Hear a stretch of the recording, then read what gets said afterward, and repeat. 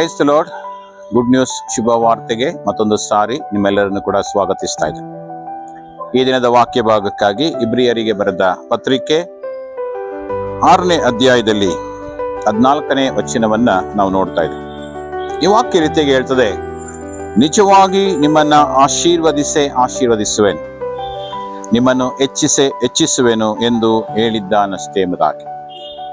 ಪ್ರಿಯರೇ, ನಮ್ಮ ದೇವರು ಆಶೀರ್ವದಿಸುವ ದೇವರಾಗಿದ್ದಾನೆ. ನಮ್ಮ ದೇವರು ನಮ್ಮನ್ನು ಅಭಿವೃದ್ಧಿ ಪಡಿಸುವಂತ ದೇವರಾಗಿದ್ದಾನೆ. ಆದಿ ಕಾರಣದಲ್ಲಿ ದೇವರು ಮನುಷ್ಯನನ್ನು ಸೃಷ್ಟಿ ಮಾಡುವಾಗ ಮೊದಲನೇದಾಗಿ ಆತನು ಹೇಳಿದಂತ ಮಾತು, ನಿನ್ನನ್ನ ಆಶೀರ್ವದಿಸ್ತೇನೆ ಎಂಬುದಾಗಿ. ಹಾಗಾಗಿ ಪ್ರಿಯರೇ, ನಮ್ಮ ದೇವರು ಎಲ್ಲರನ್ನ ಆಶೀರ್ವದಿಸೋದಕ್ಕೆ ಬಯಸುವವನಾಗಿದ್ದಾನೆ. ಈ ವಾಕ್ಯ ಹೇಳುವ ಹಾಗೆ, ನಾನು ನಿಮ್ಮನ್ನ ಆಶೀರ್ವದಿಸೆಂಬುದಾಗಿ.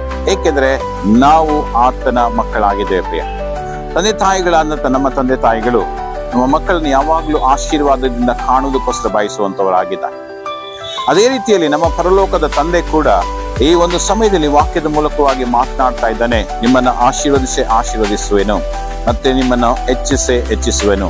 ನಮ್ಮ ದೇವರು ಆಶೀರ್ವದಿಸುವವನಾಗಿದ್ದಾನೆ. ನಮ್ಮ ದೇವರು ನಮ್ಮನ್ನ ಅಭಿವೃದ್ಧಿ ಪಡಿಸುವವನಾಗಿದ್ದಾನೆ. ಧರ್ಮೋಪದೇಶಕಾಂಡ 28ನೇ ಅಧ್ಯಾಯದಲ್ಲಿ 1ನೇ ವಚನ ನಾವು ನೋಡುವ ಹಾಗೆ, ನೀವು ನಿಮ್ಮ ದೇವರಾದ ಯೆಹೋವನ ಮಾತನ್ನ ಶ್ರದ್ಧೆಯಿಂದ ಕೇಳಿ ಆತನ ಆಜ್ಞೆಗಳನ್ನ ಕೈಗೊಂಡು ನಡೆಯುವುದಾದ್ರೆ ನಿಮ್ಮ ಶುಭಗಳು ನಿಮ್ಮನ್ನ ಹಿಂಬಾಲಿಸುವುದಾಗಿ. ಹಾಗಾಗಿ ಪ್ರಿಯರೇ, ಈ ಒಂದು ವಾಕ್ಯದ ಮೂಲಕವಾಗಿ ನಾವು ಅರ್ಥ ಮಾಡಿಕೊಳ್ಳಬೇಕು.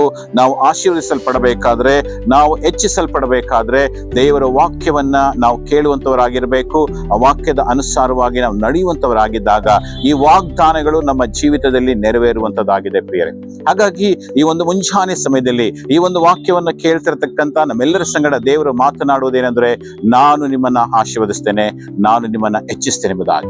ಆ ಒಂದು ಆಶೀರ್ವಾದಕ್ಕೆ, ಆ ಒಂದು ಹೆಚ್ಚಳತನಕ್ಕೆ ನಾವು ಯೋಗ್ಯರಾಗಿದ್ದೇವಾ ಎಂಬುದನ್ನು ಅರ್ಥ ಮಾಡಿಕೊಂಡು, ಒಂದು ವೇಳೆ ನಾವು ಆಶೀರ್ವಾದಕ್ಕೆ ಅಡ್ಡಿಯಾಗಿರುವುದಾದ್ರೆ ಅಥವಾ ನಮ್ಮ ಹೆಚ್ಚಳತನಕ್ಕೆ ಅಡ್ಡಿಯಾಗಿರುವುದಾದ್ರೆ ನಾವು ಅದನ್ನು ಸರಿಪಡಿಸಿಕೊಂಡವರಾಗಿ ಆಶೀರ್ವಾದ ಹೊಂದುವುದಕ್ಕೆ ಮುಂದೆ ಹೋಗೋಣ.